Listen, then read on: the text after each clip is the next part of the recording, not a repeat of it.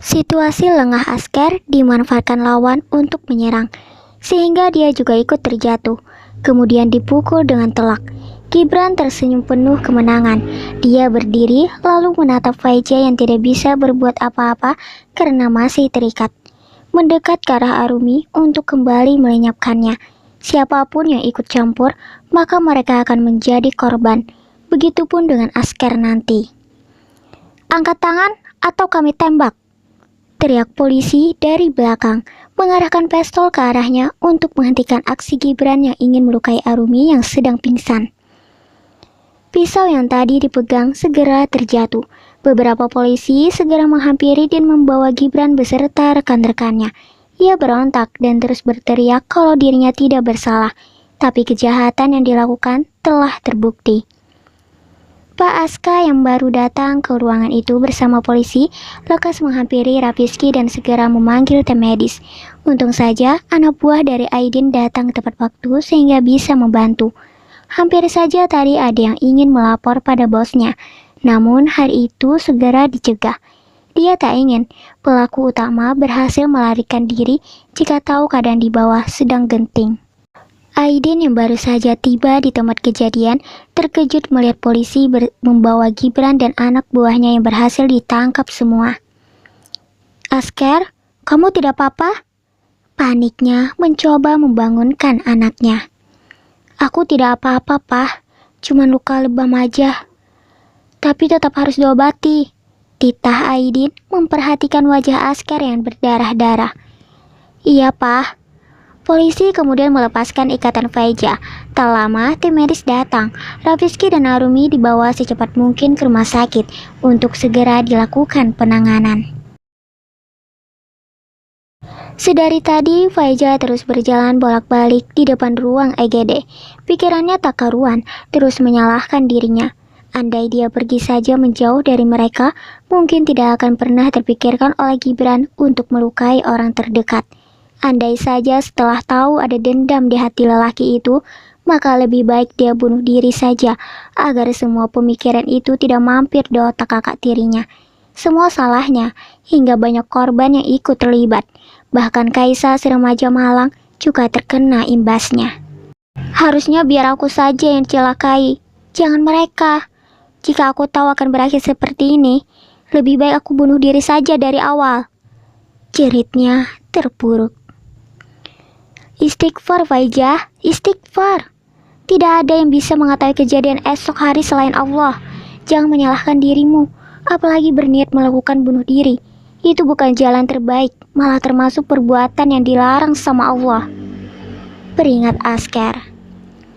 Astagfirullahaladzim, astagfirullahaladzim. Ucapnya menyadari jika pernyataannya tadi adalah sebuah kesalahan. Semua sudah takdir, semua sudah takdir. Kalimat itulah yang selalu dikatakan hatinya. Jika saja kamu sudah halal untukku, maka aku ingin sekali merengkuh tubuh itu untuk menenangkan dan menguatkan dia yang sedang rapuh. Batin Asker. Angannya hanya sebatas bisa menyaksikan air mata orang terkasih, dan tidak bisa menjadikan pundaknya sebagai penahan kesedihan. Aidin menyentuh bahunya. Dia mengerti apa yang dirasakan oleh putra sulungnya itu. Tak lama dokter yang memeriksa Arumi memberitahu bahwa tidak ada kondisi yang perlu dikhawatirkan karena dia hanya shock saja dan kemungkinan sebentar lagi akan tersadar. Sedangkan Rafizky masih dalam tahap penanganan karena luka tusukan. Mereka semua menunggu dengan harap-harap cemas. Beberapa menit kemudian, dokter yang memeriksa keluar dan mengatakan jika harus dilakukan operasi sesegera mungkin. Mendengar itu, Asker, Aidin, Faiza, dan Pak Aska menjadi sangat khawatir. Tusukannya lumayan dalam dan kami memutuskan untuk mengambil tindakan operasi di bagian perut karena ditemukan luka pada bagian usus halus, sehingga perlu dilakukan pemotongan sepanjang 40 cm. Jelas dokter. Lakukan yang terbaik dok, ujar Asker serius. Kami akan berusaha semaksimal mungkin, jawabnya. Operasi pun berlangsung lumayan lama, sekitar 3 jam. Mereka semua menunggu di luar ruangan. Ada Arumi yang sudah tersadar. Begitu diberitahukan akan kondisi serius Rafizky, dia segera datang menemui tempat operasi berlangsung bersama dengan Faiza yang setia menemani saat pingsan. Sedari tadi ia tidak bisa duduk dengan tenang. Ucapan doa memohon pada Sang Khalik akan keselamatan suaminya. Dan tiba waktu di mana dokter keluar dari ruangan dan memberikan kabar bahagia bahwa operasinya berjalan lancar. Alhamdulillah, syukur semua orang. Kelegaan hati Arumi yang sudah 2,5 jam yang lalu tersadar terasa plong. Beban berat yang dipikul akan kecemasan semakin berkurang. Kini, sudah sekitar 4 jam yang lalu, Rafizky telah sadar dengan peralatan medis masih menempel di tubuhnya. Pak Aska serta Askar dan ayahnya telah pergi ke kantor polisi buat menindaklanjuti tindakan kriminal Gibran agar diberi hukuman penjara atas perilakunya yang menyalahi aturan agama dan hukum. Sedangkan Faiza, Arumi, Kaisa, dan Rafizky sudah dimintai keterangan tentang cerita detail kejahatan Gibran. Kamu tahu nggak?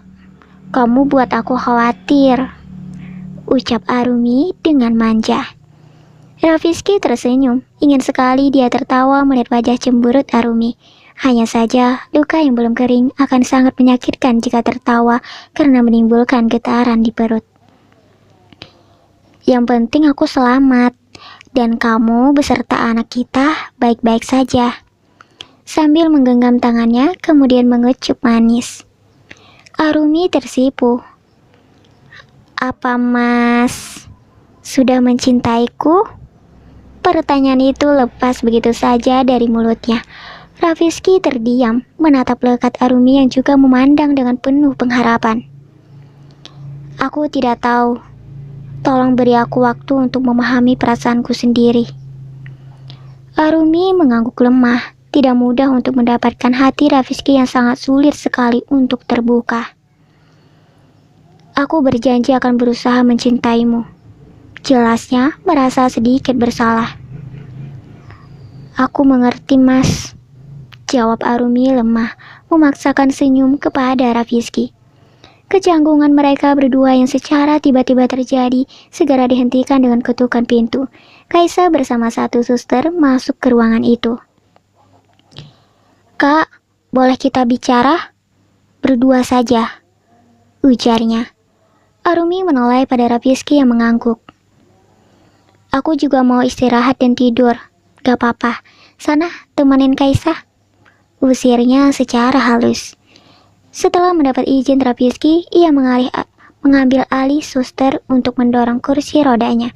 Kaisa mengajak untuk ke taman rumah sakit.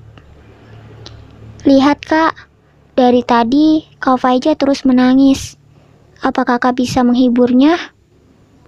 Arumi membawa kursi roda Kaisa mendekat ke arah Faiza yang duduk di kursi panjang berwarna coklat. Akan kakak usahakan, jawabnya. Mata sembab itu menatap ke arah mereka berdua. Rasa bersalah semakin dalam ketika bertemu Kaisa yang hanya bisa duduk di kursi roda. Semua musibah berawal darinya.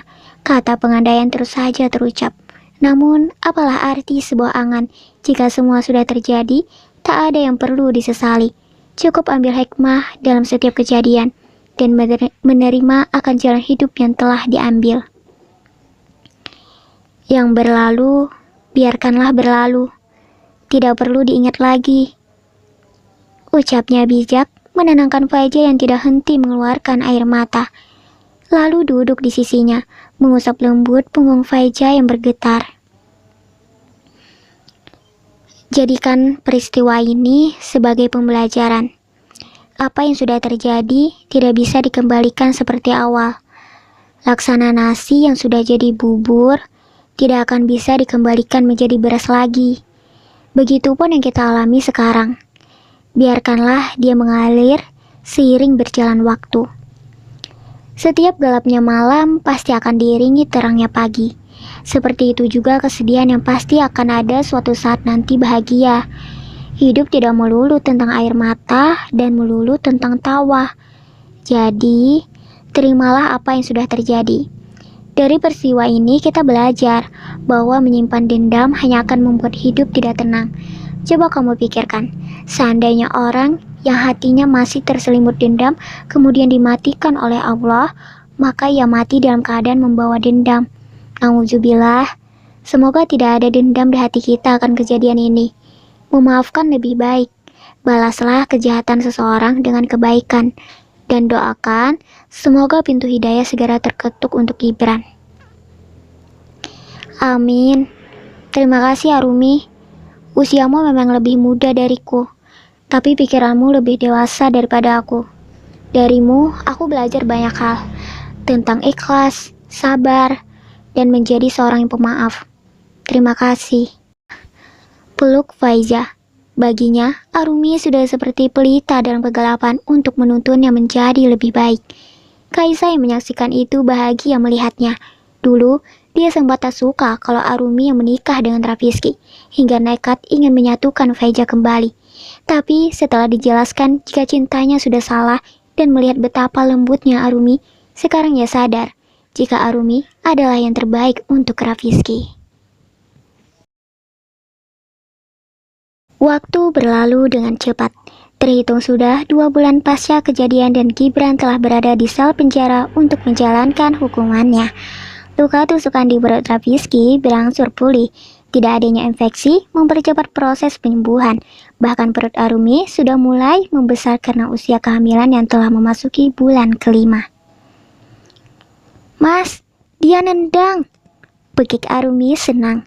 Rafizky yang telah selesai membuatkan susu segera menghampiri dia yang terduduk di kursi ruang makan.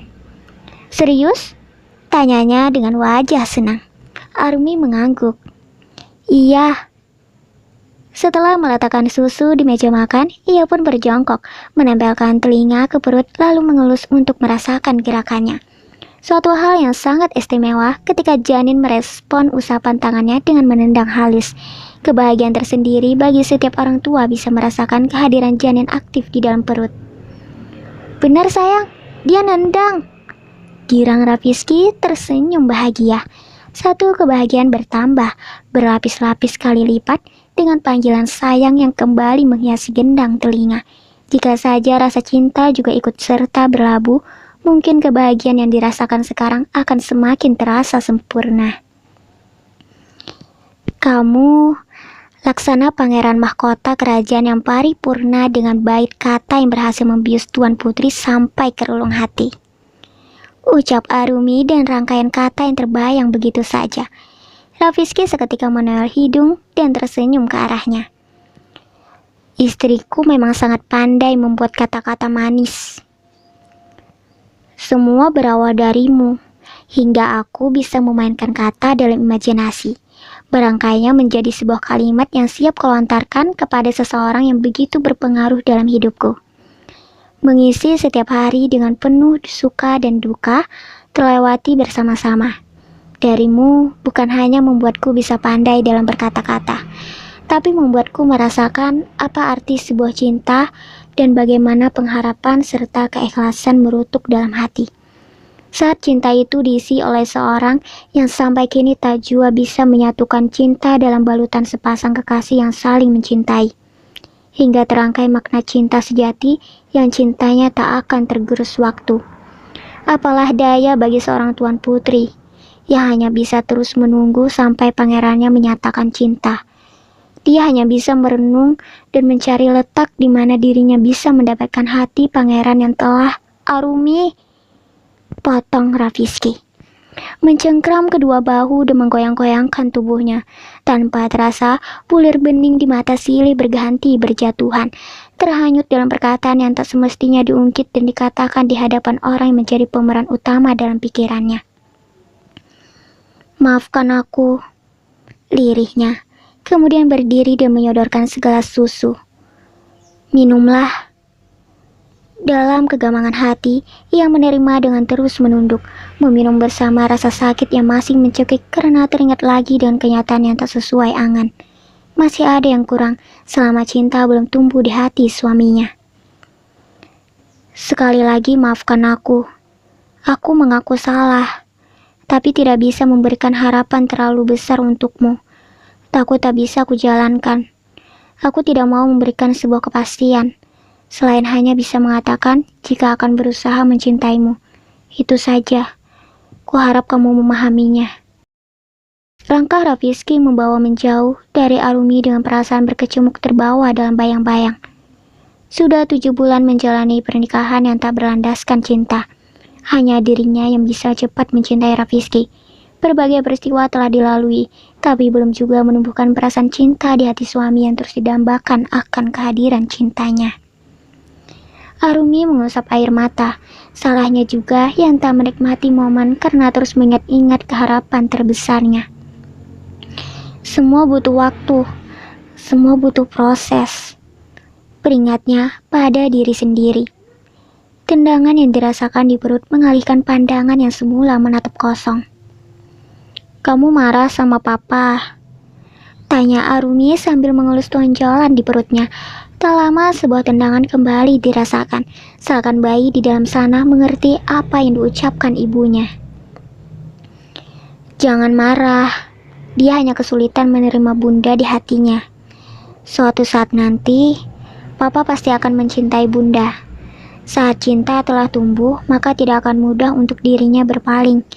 Sama seperti cinta papa kepada Tante Faijah. Cintanya begitu sangat kuat. Sekali cinta akan terus mencintai dan sulit untuk melupakan, apalagi menghapusnya. Bunda akan menjadi orang yang paling beruntung ketika berhasil menempati hati papa. Kamu tidak boleh marah, dia sangat menyayangimu. Kamu tahu nak, papa menyelamatkan kita sampai dirinya harus bertaruh nyawa. Dia adalah orang yang sangat berarti dan sama-sama harus kita sayangi." Bicaranya pada bayi yang ada dalam kandungan itu. Rafizky yang belum benar-benar pergi memperhatikan dari kejauhan secara diam-diam, kembali merasa bersalah. Mudah saja untuknya mengatakan cinta dari mulut, tapi tidak bisa membohongi perasaan kalau sampai sekarang memang tidak ada rasa. Ia tidak mau menyampaikan satu kata bermakna yang tak sesuai hati, kemudian dijalankan dengan kepalsuan. Itu akan lebih menyakitkan bagi Arumi. Rafizky kemudian pergi tanpa pamit, mengendarai mobil menuju pemakaman Aida. Dia sekarang menjadi sangat rindu pada sang mama yang dulu bersemangat dalam pernikahannya dengan Arumi. Di hadapan kuburan mendiang sang mama, Rafizky menjatuhkan tubuhnya, menangis terseduh-seduh. Sungguh, perasaan bersalah menghantui, sampai lelaki itu menumpahkan air mata saking merasa bersalahnya. "Maafkan aku, Mah. Sampai kini hatiku belum bisa mencintai Arumi. Bahkan ketika dia akan menjadikanku seorang ayah, aku belum juga bisa mencintainya," tangisnya. Sambil membersihkan makam sang mama, mencabut rumput-rumputan liar yang mulai menumbuhi di atas gundukan tanah. Setelah itu ia berdoa, baru kemudian pulang dengan hati yang lebih tenang dari sebelumnya. Berbeda dengan kehidupan mereka yang masih meninggalkan titik keraguan akan hubungan masing-masing, kehidupan Faijah justru lebih membaik. Dia kembali menempati rumah warisan orang tua dan telah membuka butik untuk usaha. Bahkan Kaisa kini kembali mendapatkan semangat hidup, tidak lagi terlontang-lantung buat mencari makan. Begitu banyak yang harus disyukuri. Meski belum bisa sepenuhnya berjalan normal, tapi dengan mengandalkan tongkat penyangga, dia sudah bisa menjalankan aktivitas walau tak maksimal. Hidupnya kini terjamin karena Faijah merawat dengan penuh kasih sayang sebagai penebus kesalahan kakak tiri yang mencelakainya. Mereka berdua tinggal satu atap secara bersama. Faijah juga tidak mengizinkan dirinya bekerja lagi, melainkan fokus buat sekolah. "Kamu harus jadi anak yang rajin dan pintar, biar suatu hari nanti bisa menjadi orang sukses yang bisa mencapai cita-citanya," nasihatnya pada Kaisa yang akan berangkat ke sekolah. "Iya kak, Kaisa akan sungguh-sungguh buat mencapai apa yang diinginkan, dan Kaisa harap suatu saat bisa membanggakan Kak Faijah. Bukan hanya kakak yang akan bangga kepadamu, tapi orang tuamu juga akan sangat bangga melihat perjuangan anaknya yang sudah terbiasa mandiri sejak kecil." Kaisa tersenyum, melambaikan tangan dan masuk ke dalam mobil buat diantar oleh supir pribadi yang dikhususkan untuk mengantar jemput ke sekolah. Setelah mobil yang membawa Kaisa hilang dari pandangan, Faijah masuk ke dalam rumah, menuju kamar yang agak gelap karena tirai jendela belum dibuka. Ia berjalan mendekat menyingkap gorden hingga cahaya matahari menembus ke dalam kamar. Waktunya untuk memulai kisah baru, tanpa ada lagi cinta yang mengikat tidak pada tempatnya. Semua kenangan indah kita hanya akan menjadi masa lalu dan terkenang dalam ingatan. Ujar Faiza berbicara sendiri. Tidak ada yang patut dipertahankan lagi ketika takdir tak berjodoh telah menekankan. Tarikan nafas membawa kelegaan. Begitu syahdu terasa, sudah waktunya untuk beranjak pergi keluar dari keterpakuan dan menerima hidup yang sekarang. Pagi tadi, Askar telah mengatakan niatnya untuk melamar Faiza malam ini. Semua persiapan untuk menyambut tamu yang merupakan sahabatnya telah dipersiapkan. Ini akan menjadi awal untuk melupakan impian yang dulu tak menjadi nyata. Tidak ada alasan untukku menolak cinta tulus darimu. Mungkin inilah rencana Allah yang terbaik untukku. Ucapnya sambil mengambil album di dalam lemari. Berbagai gaya potret dan berlainan waktu tersimpan dalam satu album. Dari mereka yang masih kecil yang begitu polos dan manis memperlihatkan gigi ompong ketiganya. Ada Rafizky yang mencium bibir Faiza yang sedang kesal. Kemudian lembar berikutnya Askar yang mencium keningnya. Lalu foto ketiganya berpelukan. Saat itu mereka masih kecil dan tidak mengerti yang namanya cinta. Hingga memasuki remaja, perasaan aneh timbul di hati masing-masing. Kenangan itu memang sangat indah. Tapi jika aku terus terpaku di dalamnya, tidak akan ada kemajuan untukku melupakan cintamu. Ucap Faiza membukanya sampai pada lembaran terakhir. Sebuah foto yang memperlihatkan pandangan mata mereka saling beradu saat merayakan ulang tahunnya di dekat kolam. Terlihat jelas dari tatapan, jika sama-sama menyemburkan cinta yang terpendam. Ketika dirinya menyuapi Rafizky sepotong kue.